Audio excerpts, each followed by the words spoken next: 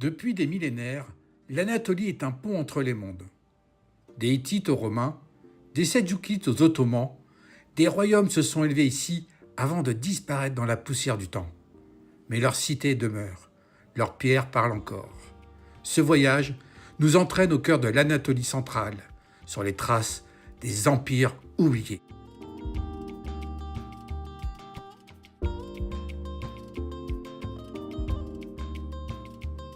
Nous sommes actuellement à Hattusha, qui est la capitale de la dynastie des Hittites. Je suis en présence de la pierre verte qui viendrait de l'espace.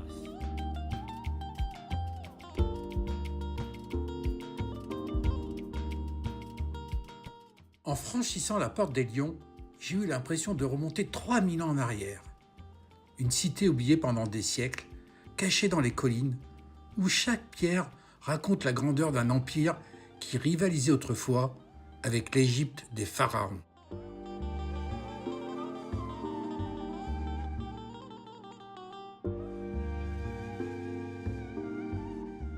Puis vint le mystérieux tunnel sucré et cette sensation fascinante de marcher dans une ville encore habitée par les échos du passé.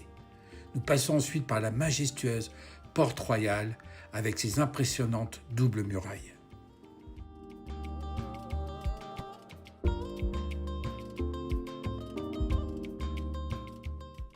Mais le moment le plus saisissant fut sans doute Yazdilikaya, un sanctuaire rupestre à ciel ouvert où les divinités hittites défilent encore sur la roche à travers des bas-reliefs, d'une finesse incroyable. Un véritable livre de pierre, silencieux et éternel.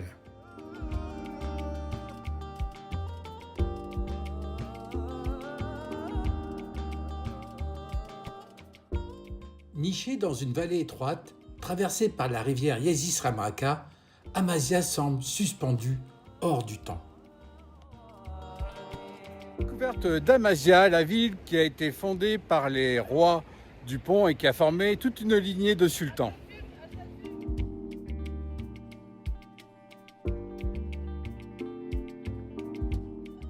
Amasya fut aussi la ville natale du géographe Strabon.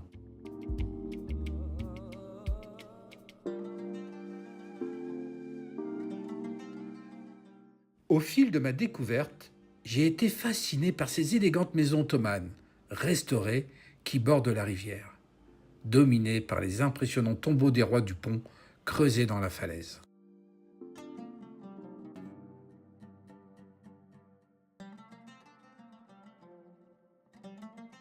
Ancienne capitale du royaume du pont, puis ville princière de l'Empire ottoman, Amasya a vu passer des civilisations parmi les plus prestigieuses de l'histoire. Hittites, Romains, Byzantins et Ottomans ont tous laissé leurs empreintes dans cette cité unique.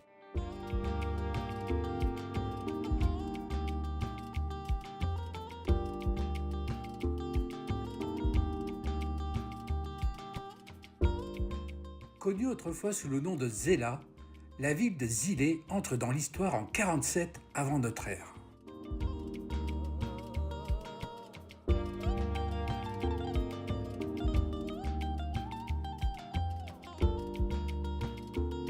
Découverte de la citadelle de Zilé, c'est là où Jules César aurait prononcé ces fameux mots Veni, Vidi et Vici.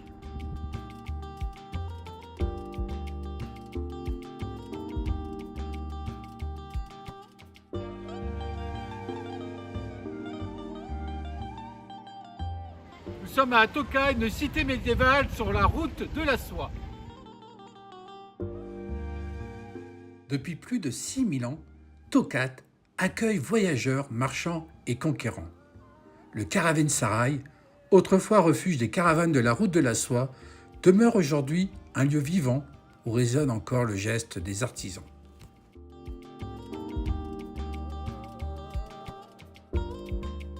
Hittites, Romains, Byzantins, Seldjoukides et Ottomans y ont laissé leurs empreintes que l'on peut retrouver dans le musée local.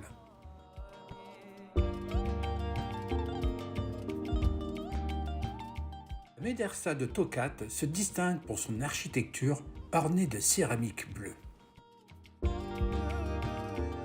Plus de 1200 mètres d'altitude, Siva s'élève au cœur du plateau anatolien. Sous les Seldjoukides, la ville devient un grand centre de savoir, de médecine et d'architecture. Les médersas de Shiva comptent parmi les plus remarquables d'Anatolie. Leurs pierres sculptées, leurs proportions et leurs portails monumentaux témoignent d'un raffinement exceptionnel.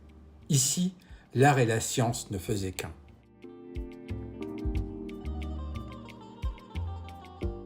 Dernière étape de notre périple, Divrigi.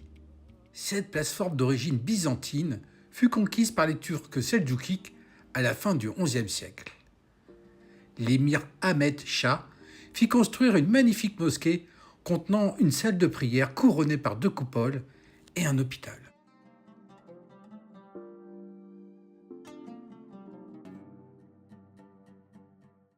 Le caractère unique de ce chef-d'œuvre de l'architecture islamique est inscrit au patrimoine mondial de l'humanité.